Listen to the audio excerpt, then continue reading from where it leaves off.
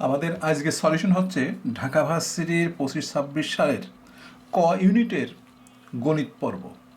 দেখো, আমি আবারও বলছি, ঢাকা ভার্সিটির 25-26 সালের ক ইউনিটের গণিত পর্ব। এই গত পরশু দিন এই পরীক্ষাটা হয়ে গেল। আমি এই প্রশ্ন আমার হাতে ছিল না, সেই জন্য আমি দিতে পারি নাই। কয়েকদিন পর আমি এটা দিচ্ছি। তো প্রথমে দেখো, এই অঙ্কটা হচ্ছে একটা ইন্টিগ্রেশন। এই ইন্টিগ্রেশনের সলিউশন সবচেয়ে সহজ নিয়মে করার একটা পদ্ধতি আছে। আমরা এই অঙ্কটা আসছে এই ধারার সূত্র থেকে। দেখো, ডিএক্স এ স্কয়ার প্লাস এক্স স্কয়ার, এই সূত্র যাস, এই অঙ্কটা ঠিক ওই সূত্রে আমরা প্রয়োগ করবো। এই সূত্রটা হচ্ছে 1/a tan inverse x by a plus c. দেখো, এই সূত্রের অনুসরণ করে এই অঙ্কটা সমাধান করা যায়। মাত্র 5-7 সেকেন্ডই সমাধান করে ফেলা যায়। তো আমাদের প্রশ্নগুলো হচ্ছে এরকম। তো প্রশ্ন দেখো, আমরা এইটা অঙ্ক সলিউশন করব।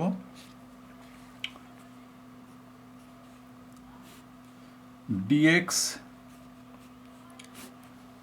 এক্স স্কোয়ার প্লাস 6x, এখানে একটা 9 যোগ করলে এটা একটা হোল স্কয়ার হয়ে যায়। তাহলে 25-এর থেকে 9 বাদ দিলে থাকে, বাকি থাকে 16, মানে 16।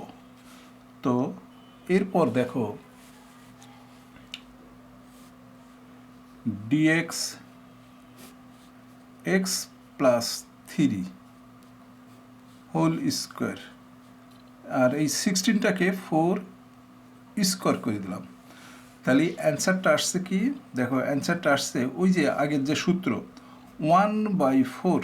এই যে 1/4 tan ইনভার্স এক্স প্লাস 3/4, এটা হচ্ছে আমার সলিউশন। তাহলে অ্যান্সারটা আমরা খুঁজে পাবো কোথায়? এখানে পেয়ে যাব। দেখো, এখানে 1/4 নেই, এখানেও নেই, এখানেও নেই। তো অ্যান্সারটা হবে এখানে, আমি যে কোনো একটাই 1/4 দিয়ে অ্যান্সারটা করে দিলাম। দেখো, এটাই তো। বুঝতে পারছো, আমার অ্যান্সার অবশ্যই 1/4 থাকতে হবে। তো যেহেতু আমরা প্রশ্নটা তুলে নিয়ে আসছি, সব ক্লিয়ারলি তোলা হয়নি, সেই জন্য এখানে ভুল স্পষ্ট করা হয়েছে, অর্থাৎ 1/4 থাকতেই হবে। এরপর দেখো 2 নম্বর অঙ্ক। 2 নম্বর অঙ্কে বলা হচ্ছে যে Y square plus 8x minus 2y, এটা একটি পরাবৃত্ত। তো এটা পরাবৃত্ত আমরা কিভাবে বুঝবো? এটা পরাবৃত্ত এই কারণে বোঝা যাবে যে যেসব সমীকরণে এক্স স্কয়ার থাকে বা ওয়াই স্কয়ার থাকে, কিন্তু যেমন এখানে ওয়াই স্কয়ার আছে কিন্তু এক্স স্কয়ার নেই, আবার এক্স স্কয়ার থাকলে ওয়াই স্কয়ার থাকে না, সেটা হচ্ছে পরাবৃত্ত। তাহলে এখানে ওয়াই স্কয়ার আছে কিন্তু এক্স স্কয়ার নেই, সেই জন্য এটা একটা পরাবৃত্ত। তো এই পরাবৃত্তটা আমরা কিভাবে সলিউশন করব, আমরা সেটা এখন তোমাদেরকে দেখাবো। অঙ্কগুলো মানে এবার যেসব অঙ্ক আসছিল সবই কিন্তু খুবই সহজ অঙ্ক ছিল, খুবই সহজ, একদম এক গ্লাস পানি খাওয়ার মতো অঙ্ক। তো এই পরাবৃত্তটা দেখো, এখানে আমাদের ওয়াই স্কয়ার 2x প্লাস করে মাইনাস 8x প্লাস 23।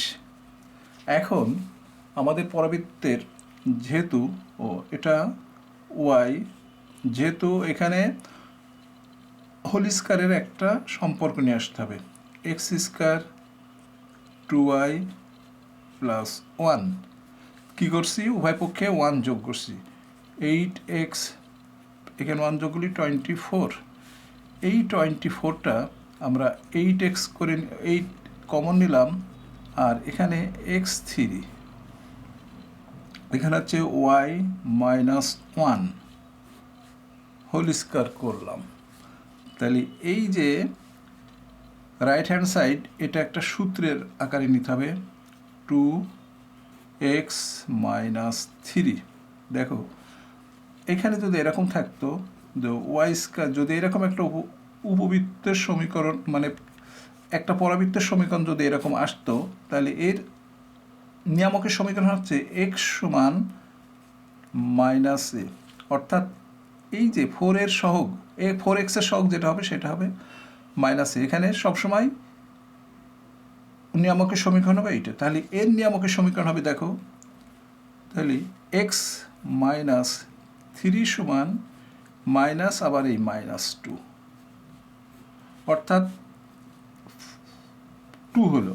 তাহলে এই 3 যদি এদিকে আসে তাহলে এক্স সমান 5 বা এক্স মাইনাস 5 সমান 0। এটাই হচ্ছে নিয়ামকের সমীকরণ। দেখো নিয়ামকের সমীকরণ এই ছোট্ট ইকুয়েশন থেকে আমরা জানি যে এক্স সমান -এ, ঠিক ওইখানে আমরা করে নিলাম এক্স সমান -এ।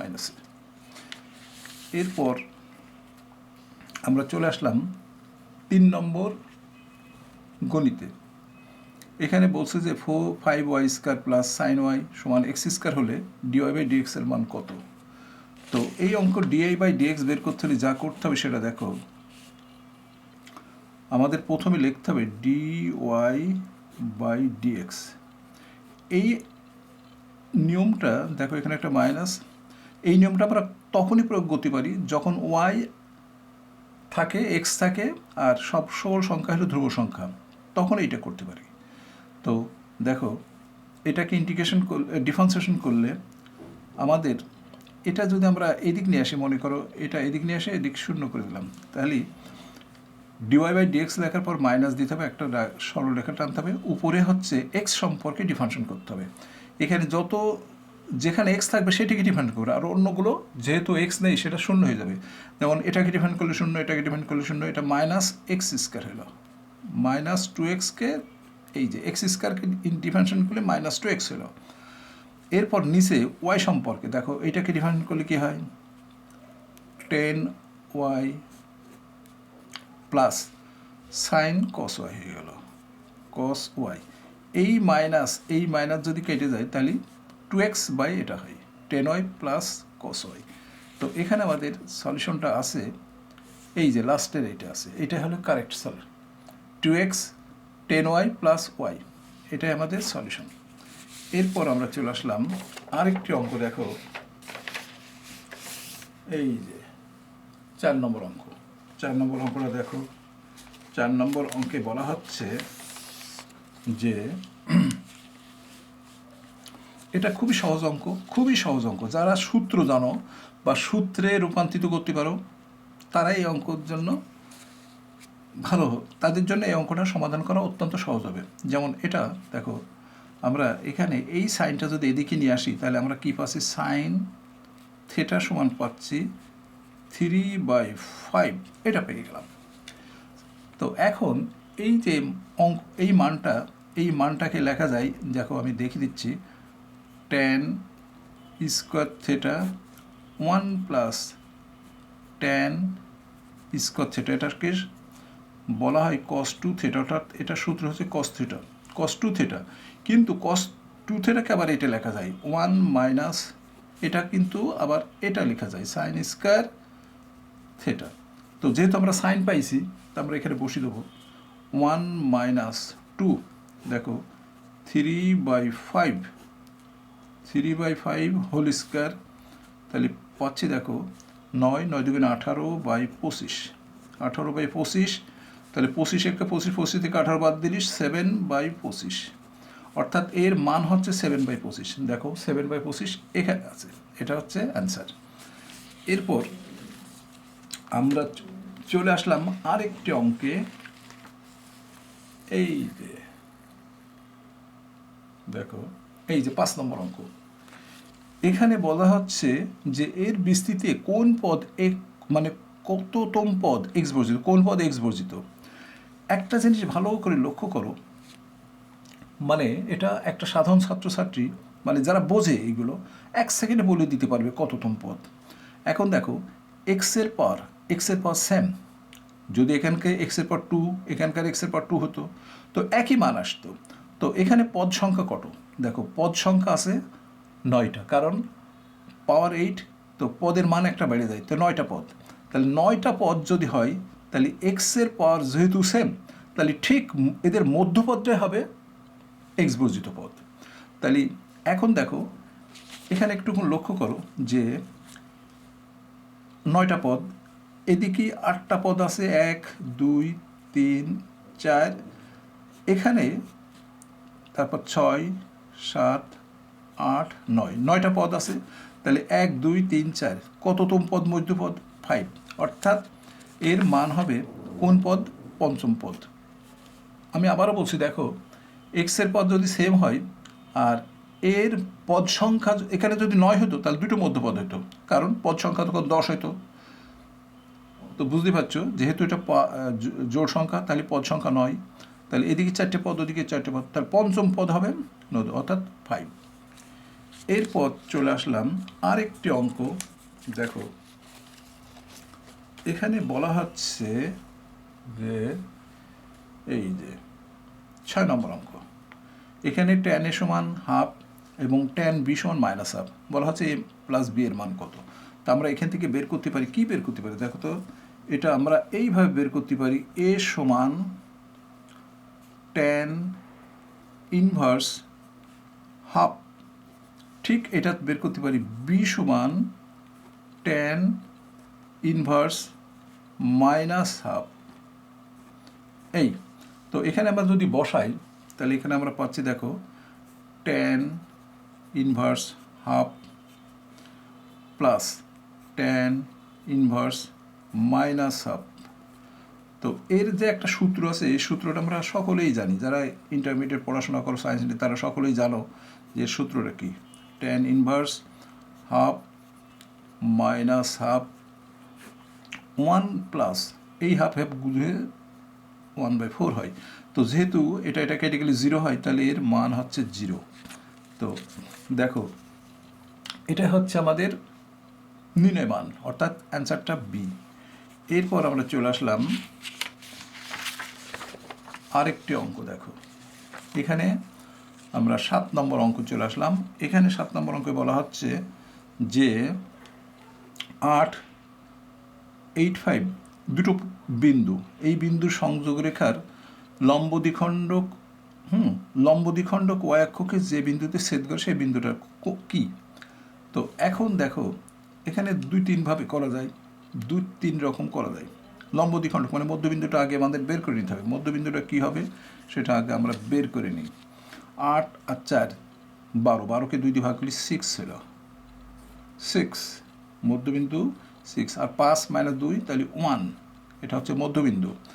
তাহলে এই বিন্দু দিয়ে গমনকারী রেখাটা হচ্ছে, দেখো y - 1 সমান সমান, দেখো এর লম্ব দ্বিখণ্ডক, তাহলে আমরা সমীকরণটা এইভাবে লিখতে পারি x - 6।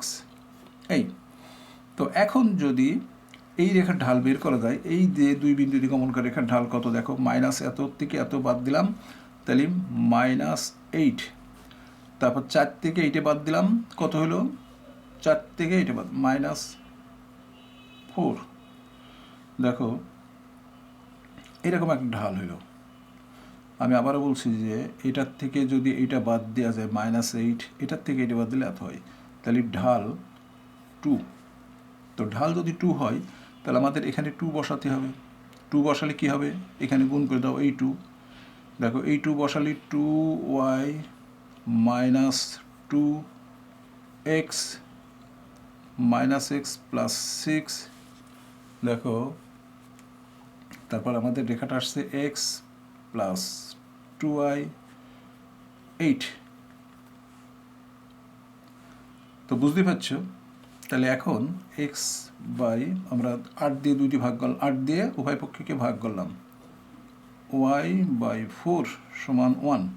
তাহলে এই রেখাটা দেখো এইভাবে আমরা যদি ইয়ে করি, এইভাবে যাই, তাহলে এখানকার স্থানাঙ্কটা হচ্ছে y অক্ষের উপরে 0 4, আর এখানকার স্থানাঙ্ক হচ্ছে 8, দেখো এখানকার স্থানাঙ্ক হচ্ছে 8 0, আর এটা আমাদের y অক্ষের মানে আমাদেরকে বলা হচ্ছে যে y অক্ষের উপর কোন বিন্দুটা, তাহলে 0 4, তাহলে এখানে দেখো 0 4 হচ্ছে কোনটা? এই যে এটা হচ্ছে নির্ণয় সলিউশন।